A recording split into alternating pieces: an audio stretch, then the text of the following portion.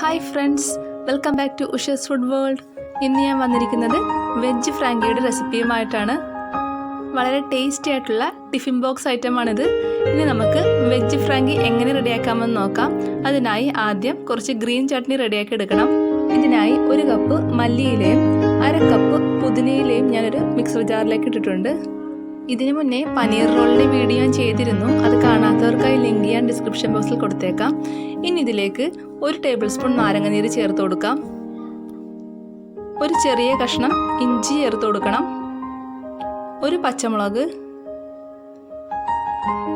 3 വെളുത്തുള്ളി, ചെറിയ സൈസിലുള്ള വെളുത്തുള്ളിയാണ് ഞാൻ എടുത്തിട്ടുള്ളത്. 1 ടീസ്പൂൺ ജീരകപ്പൊടി, 1 ടീസ്പൂൺ ചാറ്റ് മസാല. ഇവിടെ ജീരകപ്പൊടിയും ചാറ്റ് മസാലയും 1 ടീസ്പൂണാണ്, 1 ടേബിൾ സ്പൂൺ അല്ല. ഇവിടെ എഴുതിയേക്കുന്നതിൽ ചെറിയൊരു മിസ്റ്റേക്ക് പറ്റിയതാണ്. പൊട്ടുകടല 2 ടീസ്പൂൺ, ആവശ്യത്തിന് ഉപ്പ്. ഇതിലേക്ക് ആവശ്യത്തിന് വെള്ളം ഒഴിച്ചു കൊടുക്കണം. ഇതൊന്ന് അരയാൻ വേണ്ട വെള്ളം മാത്രം ഒഴിച്ചു കൊടുത്താൽ മതിയാവും. ഇപ്പോൾ നന്നായി അരച്ചെടുത്തിട്ടുണ്ട്. ഈ പരുവത്തിൽ വേണം അരച്ചെടുക്കാൻ. ഇനി നമുക്ക് ഫ്രാങ്കി മസാല റെഡിയാക്കി എടുക്കണം. ഇതിനായി 1 tablespoon chaat masala, 1/4 tablespoon garam masala, 1/4 tablespoon ജീരകപ്പൊടി, 1/4 ടേബിൾ സ്പൂൺ കുരുമുളക് പൊടി, 1/2 ടേബിൾ സ്പൂൺ കാശ്മീരി മുളക് പൊടി, 1/2 ടേബിൾ സ്പൂൺ മല്ലിപ്പൊടി എന്നിവ ചേർത്ത് നന്നായി മിക്സ് ചെയ്തെടുക്കണം. പൊടികളെല്ലാം നന്നായി മിക്സ് ചെയ്യണം. നമ്മുടെ ഫ്രാങ്കി മസാല പൗഡർ ഇവിടെ റെഡി ആയിട്ടുണ്ട്. ഇനി ഇതിലേക്ക് ചേർത്ത് കൊടുക്കാൻ വേണ്ടി ഒരു മിക്സിങ് റെഡിയാക്കണം. അതിനായി 1 നാരങ്ങനീര് ഞാൻ മുഴുവനായി എടുത്തിട്ടുണ്ട്. ഇതിലേക്ക് ആവശ്യത്തിന് ഉപ്പും 1/4 കപ്പ് വെള്ളവും ചേർത്ത് നന്നായി മിക്സ് ചെയ്തെടുക്കണം. ഇതിലേക്ക് 1.5 ടേബിൾ സ്പൂൺ പച്ചമുളക് ചെറുതായി അരിഞ്ഞത് ചേർത്ത് കൊടുത്തിട്ടുണ്ട്. ഇതും നന്നായി മിക്സ് ചെയ്തതിന് ശേഷം നമുക്ക് മാറ്റിവെക്കാം. ഇനി നമുക്ക് ഇതിനു വേണ്ടി ചപ്പാത്തി റെഡിയാക്കണം. അതിനായി 1 കപ്പ് ഗോതമ്പ് പൊടിയും 1 കപ്പ് മൈദയാണ് ഞാൻ എടുത്തിട്ടുള്ളത്. മൈദയും ഗോതമ്പും ഒരേ അളവായിരിക്കണം. ഇപ്പോൾ 1/2 കപ്പ് മൈദയാണ് എടുക്കുന്നതെങ്കിൽ 1/2 കപ്പ് ഗോതമ്പ് പൊടി എടുത്താൽ മതിയാവും. ഇനി ഇതിലേക്ക് ആവശ്യത്തിന് ഉപ്പ് ചേർത്ത് കൊടുക്കാം. ഉപ്പ് ചേർത്തതിന് ശേഷം നന്നായി മിക്സ് ചെയ്യണം. ഇനി 1 ടേബിൾ സ്പൂൺ എണ്ണ ഞാൻ ചേർത്ത് കൊടുക്കുന്നുണ്ട്. വെജിറ്റബിൾ ഓയിലാണ് ഞാൻ ഇതിലേക്ക് ചേർത്ത് കൊടുക്കുന്നത്. എണ്ണയും പൊടിയും നന്നായിട്ട് മിക്സ് ചെയ്തെടുക്കണം. മിക്സ് ചെയ്ത് കഴിഞ്ഞതിന് ശേഷം ഇതിലേക്ക് കുറച്ചായിട്ട് വെള്ളം ഒഴിച്ചു കൊടുത്ത് നമുക്ക് ചപ്പാത്തി പരുവത്തിൽ കുഴച്ചെടുക്കണം. മാവ് നല്ലതുപോലെ കുഴച്ചെടുക്കണം. എങ്കിൽ മാത്രമേ നമ്മുടെ ചപ്പാത്തി നല്ല സോഫ്റ്റ് ആയിട്ട് കിട്ടുകയുള്ളൂ. മാവ് ഇവിടെ കുഴച്ചെടുത്തിട്ടുണ്ട്. നന്നായി കുഴച്ചെടുക്കണം. ഇനി ഇതിലേക്ക് കുറച്ച് എണ്ണ ഞാൻ പുറം ഭാഗത്തായിട്ട് തേച്ച് കൊടുക്കുന്നുണ്ട്. അതിനുശേഷം ഒരു നനഞ്ഞ തുണിയെടുത്ത് ഇതിന് മുകളിലായി കവർ ചെയ്ത് വെക്കണം. ഈ രീതിയിൽ ഒരു അരമണിക്കൂർ നമുക്ക് വെക്കാം. ഇനി ഇതിന് വേണ്ട മസാല റെഡിയാക്കണം. അതിനായി ഒരു പാൻ ചൂടാക്കി ഇതിലേക്ക് ആവശ്യത്തിന് എണ്ണ ഒഴിച്ചു കൊടുക്കാം. വെജിറ്റബിൾ ഓയിലാണ് ഇതിനു വേണ്ടി ഞാൻ എടുത്തിട്ടുള്ളത്. എണ്ണ നന്നായി ചൂടായതിനു ശേഷം 2 ടേബിൾ സ്പൂൺ ഇഞ്ചിയും വെളുത്തുള്ളിയും നന്നായി ചതച്ചിട്ട് ഇതിലേക്ക് ഇട്ട് കൊടുക്കാം. ഇനി ഇതിലേക്ക് 2 ടേബിൾ സ്പൂൺ ചെറുതായി അരിഞ്ഞ പച്ചമുളക് ചേർത്ത് കൊടുക്കുന്നുണ്ട്. വെളുത്തുള്ളിയും ഇഞ്ചിയും പച്ചമുളകും നന്നായി വഴറ്റിയെടുക്കണം. വഴന്നതിന് ശേഷം നമുക്ക് ഇതിലേക്ക് മസാലപ്പൊടികൾ ചേർത്ത് കൊടുക്കണം. എരിവധികം വേണ്ടാത്തവർക്ക് 2 ടേബിൾ സ്പൂൺ പച്ചമുളക് എന്നുള്ളത് 1.5 ടേബിൾ സ്പൂൺ ചേർത്ത് കൊടുത്താൽ മതിയാകും. കുട്ടികൾക്ക് വേണ്ടിയെല്ലാം ഇത് റെഡിയാക്കുമ്പോൾ പച്ചമുളകിൻ്റെ അളവ് കുറക്കുന്നതാണ് നല്ലത്. ഇനി ഇതിലേക്ക് 1/2 ടീസ്പൂൺ മഞ്ഞൾപ്പൊടി, 1/2 ടീസ്പൂൺ കാശ്മീരി മുളക് പൊടി എന്നിവ ചേർത്ത് കൊടുക്കുന്നുണ്ട്. പൊടികളുടെ പച്ചമണം മാറുന്നതുവരെ നന്നായി വഴറ്റി കൊടുക്കണം. അതിനുശേഷം വേവിച്ച് ഉടച്ചു വെച്ചിരിക്കുന്ന ഉരുളക്കിഴങ്ങ് ഇതിലേക്ക് ചേർത്ത് കൊടുക്കാം. 2 കപ്പ് ഉരുളക്കിഴങ്ങാണ് ഞാൻ ഇതിലേക്ക് ചേർത്ത് കൊടുക്കുന്നത്. ഉരുളക്കിഴങ്ങ് ഉടയ്ക്കുമ്പോൾ വല്ലാണ്ട് കുഴഞ്ഞു പോകരുത്. ചെറിയ രീതിയിൽ മാത്രം ഉടച്ചാൽ മതിയാവും. ഉരുളക്കിഴങ്ങും പൊടികളും കൂടി നന്നായി മിക്സ് ചെയ്തെടുക്കണം.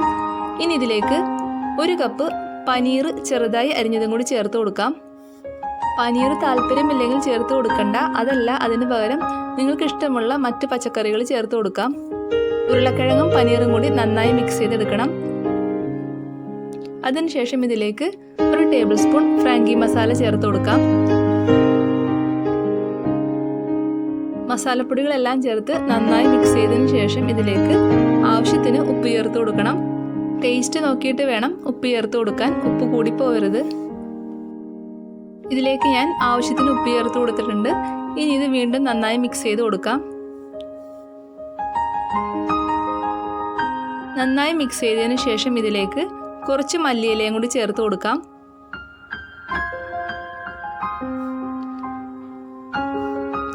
മല്ലിയിലയും കൂടി ചേർത്തതിന് ശേഷം നമുക്ക് ഫ്ലെയിം ഓഫ് ചെയ്യാം. അതിനുശേഷം നന്നായി മിക്സ് ചെയ്ത് കൊടുക്കാം. ഇനി നമുക്കിതൊന്ന് തണുക്കാൻ വേണ്ടി വെക്കണം. ഇനി നമുക്ക് റെസ്റ്റ് ചെയ്യാൻ വെച്ച ചപ്പാത്തി മാവ് എടുത്ത് നോക്കാം. ഇപ്പോൾ അരമണിക്കൂർ കഴിഞ്ഞു. ഇത് വീണ്ടും നന്നായി ഒന്ന് കുഴച്ചു കൊടുക്കണം. അതിനുശേഷം ചെറിയ ബോൾസ് ആക്കി എടുക്കാം.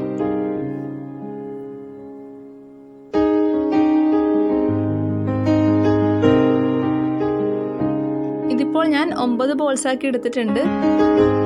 ഇനി നമുക്ക് ചപ്പാത്തി പരത്തി തുടങ്ങാം.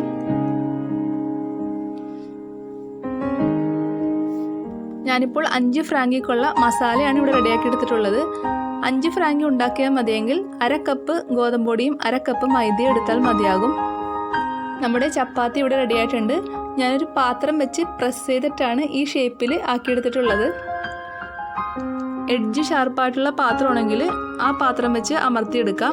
അതല്ലെങ്കിൽ എഡ്ജ് ഷാർപ്പ് അല്ലെങ്കിൽ പാത്രം അതിൻ്റെ മേലെ വെച്ചിട്ട് കത്തി ഉപയോഗിച്ച് നമുക്ക് റൗണ്ട് ഷേപ്പാക്കി എടുക്കാം. ഇനി ഒരു പാൻ ചൂടാക്കി ചപ്പാത്തി നമുക്ക് ചുട്ടെടുക്കണം. ചപ്പാത്തി ഓവർ കുക്ക് ആവരുത്, ഹാഫ് കുക്കേ ആവാൻ പാടുള്ളൂ. ഏകദേശം ഈ ഒരു പരുവത്തിൽ വേണം നമുക്ക് ചപ്പാത്തി എടുക്കേണ്ടത്. ചെറിയ വൈറ്റ് കളറിലുള്ള ഡോട്ട്സ് വരുമ്പോൾ തന്നെ നമുക്കിതൊരു പാത്രത്തിലേക്ക് മാറ്റണം. ഈ രീതിയിൽ എല്ലാ ചപ്പാത്തിയും നമുക്ക് റെഡിയാക്കി എടുക്കാം. അതിനുശേഷം നമ്മളിവിടെ തണുക്കാൻ വെച്ചിരിക്കുന്ന മസാല നമുക്കൊന്ന് കുഴച്ചെടുക്കാം. കട്ട്ലറ്റൊക്കെ റെഡിയാക്കുന്ന പോലെ നമുക്കിതൊന്ന് ഷേപ്പ് ചെയ്തെടുക്കണം. ഏകദേശം ഈ ഷേപ്പാണ് ഇതിന് വേണ്ടത്. ഈ രീതിയിൽ 5 എണ്ണം ഞാൻ റെഡിയാക്കി എടുത്തിട്ടുണ്ട്. ഇനി ഒരു പാൻ ചൂടാക്കി ഇതിലേക്ക് ആവശ്യത്തിന് എണ്ണ ഒഴിച്ചു കൊടുക്കാം. കുറച്ച് എണ്ണ ഒഴിച്ചു കൊടുത്താൽ മതിയാകും. അതിനുശേഷം റെഡിയാക്കി വെച്ചിരിക്കുന്ന കട്ട്ലറ്റ് ഷേപ്പിലുള്ള മസാല നമുക്ക് ഫ്രൈ ചെയ്തെടുക്കാം. ഷാലോ ഫ്രൈ ചെയ്തെടുത്താൽ മതിയാകും. ഫ്രൈ ചെയ്യാൻ താല്പര്യമില്ലാത്തവർ ചെയ്യണ്ട. നമുക്ക് ഈ രീതിയിൽ തന്നെ ഷേപ്പ് ചെയ്തെടുത്തിട്ട് നമുക്ക് വെച്ച് കൊടുക്കാവുന്നതേ ഉള്ളൂ. ഫ്രൈ ചെയ്താൽ കുറച്ചും കൂടി ടേസ്റ്റ് കൂടും, അത്രേ ഉള്ളൂ. ഇനി നമുക്ക് ഒരു സൈഡ് മുരിഞ്ഞിട്ടുണ്ട്. ഇനി നമുക്കത് പയ്യെ മറിച്ചിട്ട് കൊടുക്കണം. എല്ലാം ഞാൻ മറിച്ചിട്ട് കൊടുത്തിട്ടുണ്ട്. ഇപ്പോൾ 2 സൈഡും നന്നായി മുരിഞ്ഞിട്ടുണ്ട്. ഇത് ഒരു പാത്രത്തിലേക്ക് മാറ്റാം. അതിനുശേഷം വീണ്ടും പാൻ ചൂടാക്കി കുറച്ച് ഓയിൽ ഒഴിച്ചു കൊടുക്കാം. കുറച്ച് ബട്ടറും കൂടി ചേർത്ത് കൊടുക്കാം. ഇനി നേരത്തെ റെഡിയാക്കി വെച്ചിരിക്കുന്ന ചപ്പാത്തി ഒന്നും കൂടി നമുക്ക് മൊരിയിച്ചെടുക്കണം. ചപ്പാത്തി 2 സൈഡും തിരിച്ചും മറിച്ചിട്ട് മൊരിയിച്ചെടുക്കണം. വേണമെങ്കിൽ ആവശ്യത്തിന് ബട്ടറും കൂടി ചേർത്ത് കൊടുക്കാം. ഇപ്പോൾ 2 സൈഡും നല്ല ഗോൾഡൻ കളർ ഡോട്ട്സ് ഒക്കെ വന്നിട്ടുണ്ട്. ഇതാണ് പരുവം. എല്ലാ ചപ്പാത്തിയും ഈ രീതിയിൽ റെഡിയാക്കാം. അതിനുശേഷം നേരത്തെ റെഡിയാക്കി വെച്ചിരിക്കുന്ന ഗ്രീൻ ചട്നി ഒരു ചപ്പാത്തി എടുത്ത് അതിൻ്റെ മുകളിലായിട്ട് നമുക്ക് സ്പ്രെഡ് ചെയ്ത് കൊടുക്കണം. നമ്മൾ റെഡിയാക്കിയിട്ടുള്ള ഗ്രീൻ ചട്നി 5 ഫ്രാങ്കിയുടെ കണക്കാണ്. കൂടുതൽ വേണമെങ്കിൽ അതിൻ്റെ ഇരട്ടി എടുത്ത് നമുക്ക് ചെയ്യേണ്ടി വരും.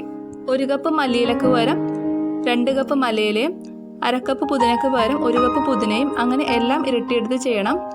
ഗ്രീൻ ചട്നി സ്പ്രെഡ് ചെയ്ത് കഴിഞ്ഞതിന് ശേഷം ഇതിലേക്ക് കുറച്ച് ടൊമാറ്റോ കെച്ചപ്പ് ചേർത്ത് കൊടുക്കാം. അതിന് മുകളിലായി നമ്മൾ ഫ്രൈ ചെയ്ത് വെച്ചിരിക്കുന്ന ഫ്രാങ്കി മസാല വെച്ച് കൊടുക്കാം. വീണ്ടും അതിൻ്റെ മുകളിലായി കുറച്ചും കൂടി കെച്ചപ്പ് ചേർത്ത് കൊടുക്കുന്നുണ്ട്. ഇനി ഇതിലേക്ക് നേരത്തെ റെഡിയാക്കി വെച്ചിരുന്ന സൊല്യൂഷൻ, അതായത് നാരങ്ങയും പച്ചമുളകും ഉപ്പും കൂടി ചേർത്ത് ആ സൊല്യൂഷൻ ഇതിൻ്റെ മുകളിലായിട്ട് ഇട്ട് കൊടുക്കണം. ഇതിലേക്ക് സവാള ചെറുതായി അരിഞ്ഞതും ഫ്രാങ്കി മസാലപ്പൊടിയും ഇട്ട് കൊടുക്കാം. 1/2 ടീസ്പൂൺ ഫ്രാങ്കി മസാലപ്പൊടിയാണ് ഞാൻ ഇട്ട് കൊടുത്തിരിക്കുന്നത്.